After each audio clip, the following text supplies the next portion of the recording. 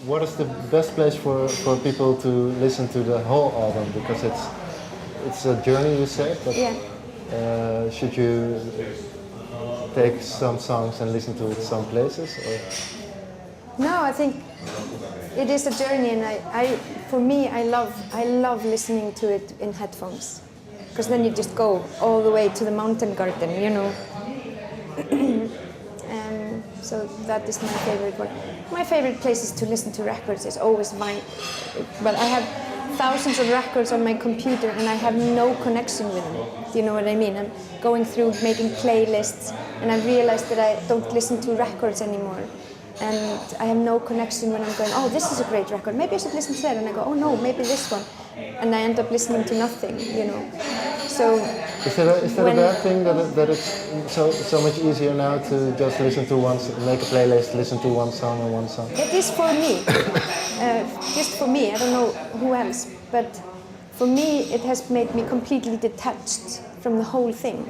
You know, the physical thing and the even a connection with the artist or whatever. And I only got back to it when I was recording because Dan and I would listen to vinyl in the kitchen when we were cooking. Dan has a lot of vinyl, and that was like I went back to music how I used to be, where it is like it stops halfway through and you have to turn it around and you're looking at you lose yourself like a child, you know, with a picture. And you're looking at it and you're spinning it around and you're suddenly reading and there's something very peaceful and calm about it. And is it easier to understand the story of an album if you... I don't know.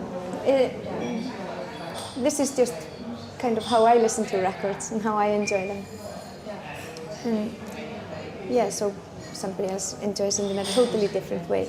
And a lot of people will probably only hear 1 or 2 songs of this record because they will buy it on iTunes and they will never ever get the connection or the trip, you know. They will never come along, you know. So I don't know. Are you fine with this, or do you just prefer to people just listen to the whole story? And No, I'm fine with it as well. When I let the record go, I let it go. People can do it whatever they want, you know. I'm not going to dictate to people how to listen to my records, no way. Well, some do, so that, yeah, that's... No. And now that this album will come out, and it's totally finished now, or do you have to do some fine-tuning? The record, no, it's totally finished. I even got some B-sides, which I've never done before. Do you have the feeling that now you've learned a lot in making this record, that the next one will be maybe much easier? Or? I think for me it was really important to go on a sound journey. I've never done a sound journey before. What is this? A sound journey. Okay. You know, with the records, not in this way, where it was very clear and you know where we didn't stop doing some songs till we had I had an image and a story sound-wise that I would say to Dan, and we would go, well, we're not going to stop working on that sound until we can literally see that when we're listening to the song. And so sound became a very visual and almost like a story as well. So that was a huge thing for me, because every record has taught me something. You know, the first one I had a mentor with Love in the Time of Science. I was writing with Egg White and Sigtryggur Baldursson. You know, Egg White taught me a lot about songwriting. The next one, no one was allowed to touch my lyrics or melodies. It was a huge record for me in terms of songwriting and finding my own way of writing songs. The next one was about letting go, you know, letting everything come out, what I wanted to come out. And then this one,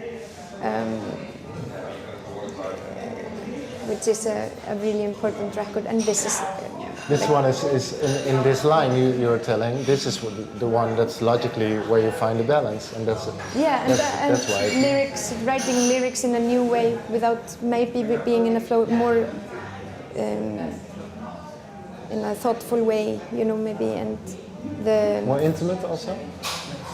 maybe in some levels, I don't know, not more than Fisherman's Woman, I think, but I think, oh, it's almost like I've been in this 4-record school, I feel. I'm like, oh, okay, I've learned a bit of a craft now.